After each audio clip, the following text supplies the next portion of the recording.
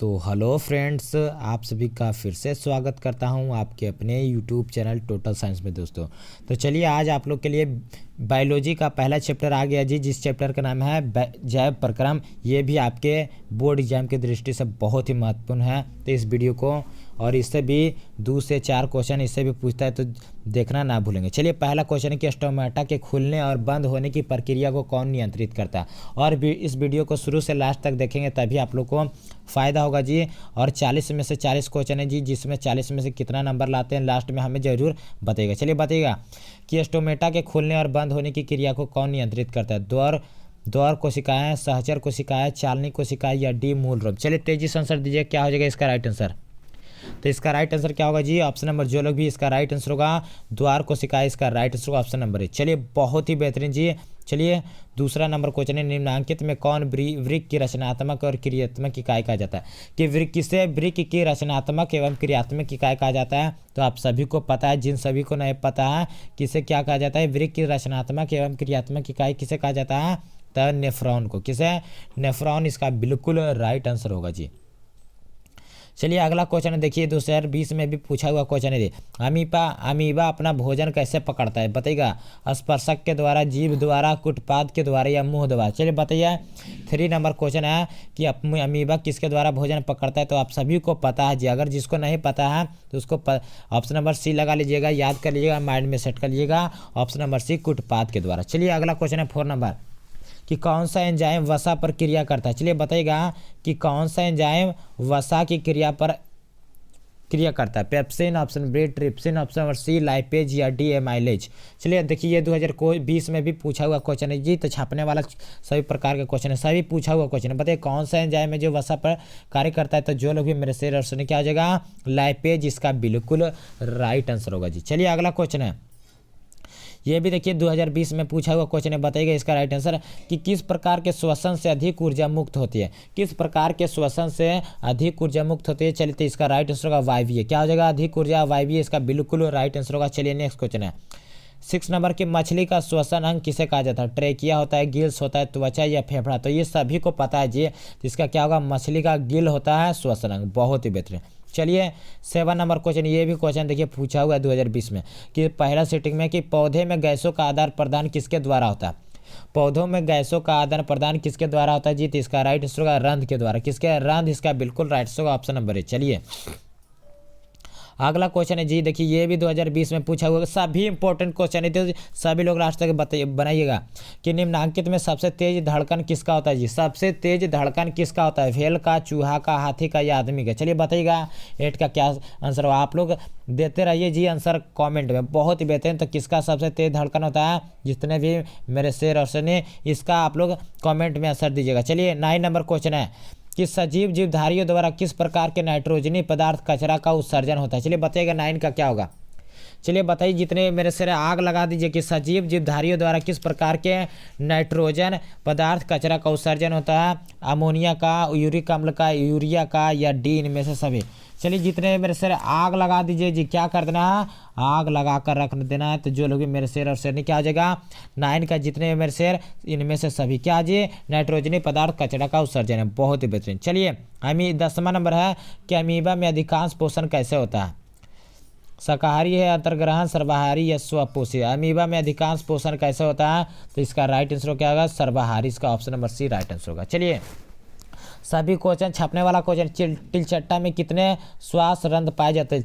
तिलचट्टा में कितने जोड़े श्वास रंध्र पाए जाते हैं, 2, 8, 10 या 6। बताइएगा कितने जोड़े पाए जाते हैं। तो आप सभी को पता है 10, इसका option number C right answer होगा। चलिए 12 नंबर क्वेश्चन है कि प्रकाश संश्लेषण की क्रिया किसमें होती है जी।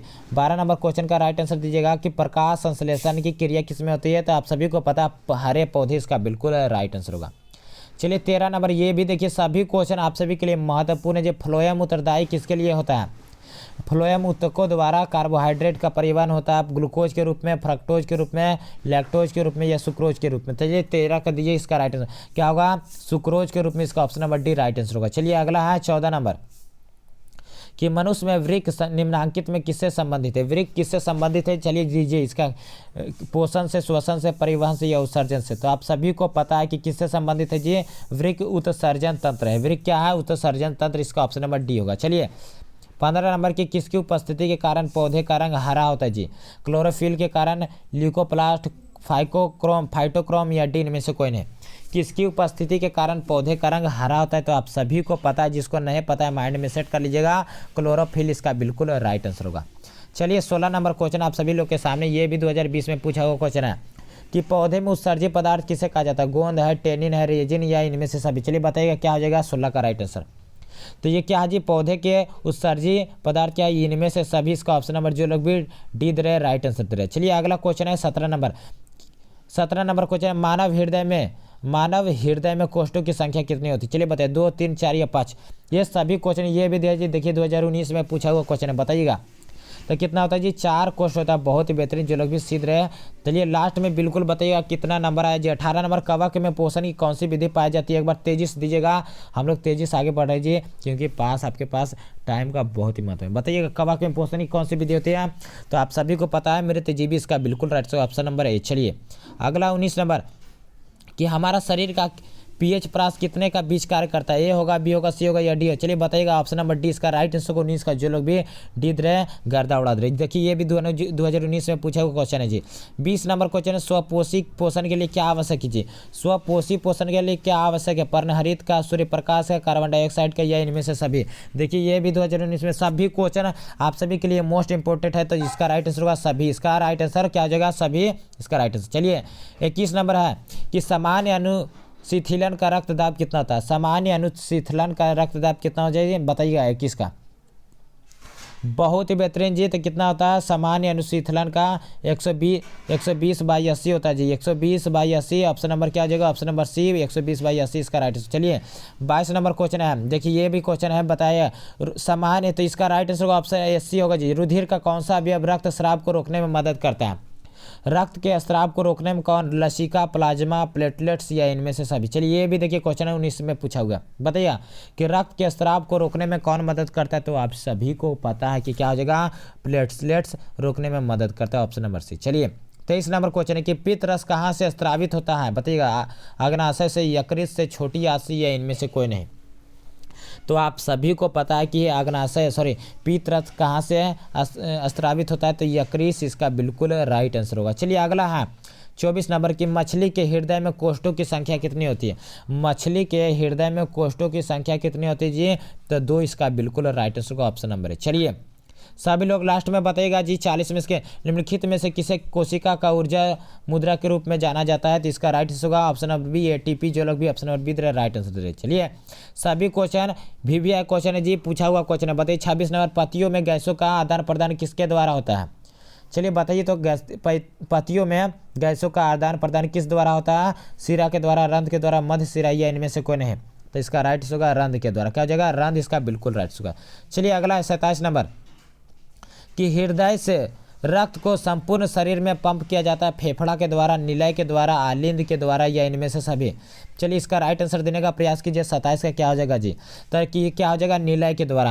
हृदय को रक्त को संपूर्ण शरीर में पंप किया जाता है निलय के द्वारा। इसका राइट 2018 में पूछा हुआ। चलिए 28 नंबर क्वेश्चन है, बताइएगा निम्नलिखित में कौन से यंत्र का उपयोग रक्तदाब मापने में किया जाता है? किससे रक्तदाब मापा जाता है? बैरोमीटर से, मैनोग्नोमीटर से, स्फाइग्नोमीटर से या डी इनमें से कोई नहीं? चलिएगा 28 का जितने में से क्या होगा? तो रक्तदाब किससे? स्फाइग्नोमीटर इसका बिल्कुल राइट आंसर। ये भी 2018 में पूछा हुआ क्वेश्चन है। चलिए अगला 29 नंबर कि रक्त का कौन सा अवयव घायल स्थान पर रक्त से स्राव के मार्ग को रक्त का थक्कर बनाकर अवरुद्ध कर देता है? RBC का, WBC का, प्लेटलेट्स का या लसिका? अभी बताए थे, बताइएगा क्या होगा इसका राइट आंसर?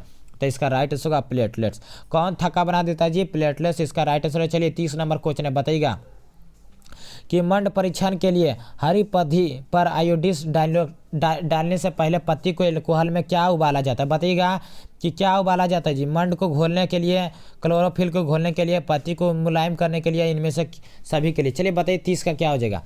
तो 30 के जितने मेरे भी क्लोरोफिल को घोलने के लिए क्या होगा? ऑप्शन नंबर बी क्लोरोफिल को घोलने के लिए इसका राइट आंसर होगा। चलिए 31 नंबर क्वेश्चन है कि स्लाइड को सर्वप्रथम कंपाउंड माइक्रोस्कोप से देखा गया। देखिए ये भी 2018 में पूछा हुआ।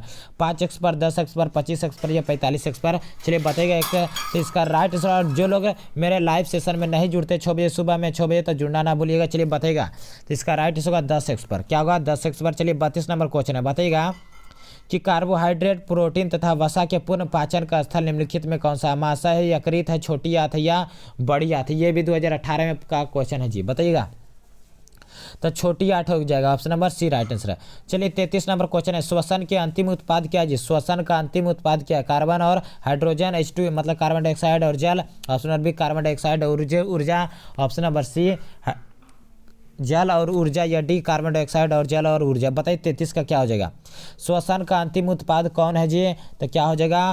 कार्बन डाइऑक्साइड, जल और ऊर्जा, तीनों, ऑप्शन नंबर डी हो जाएगा। चलिए 34 नंबर का कि अल्कोहल को उबली पत्ती पर आयोडीन विलयन को कुछ बूंदे डालने पर पत्ती का रंग कैसा हो जाता है? गुलाबी, नीला, नीला, काला या काला? बताइएगा कि अल्कोहल को जब उबला हुआ पत्ती पर आयोडीन डाला जाता है, कुछ बूंदे डाला जाता है, तो पत्ती का रंग कैसा हो जाता है? तो नीला, काला इसका बिल्कुल right answer option number C होगा। चलिए 35 नंबर क्वेश्चन है कि पादप में फ्लोएम किसके लिए उत्तरदायी होता है? तो सभी को बताए थे पादप में फ्लोएम तो भोजन के वहन के लिए, और यही बोलेगा जाइलम किसके लिए? तो जल के वहन के लिए। ठीक है जी।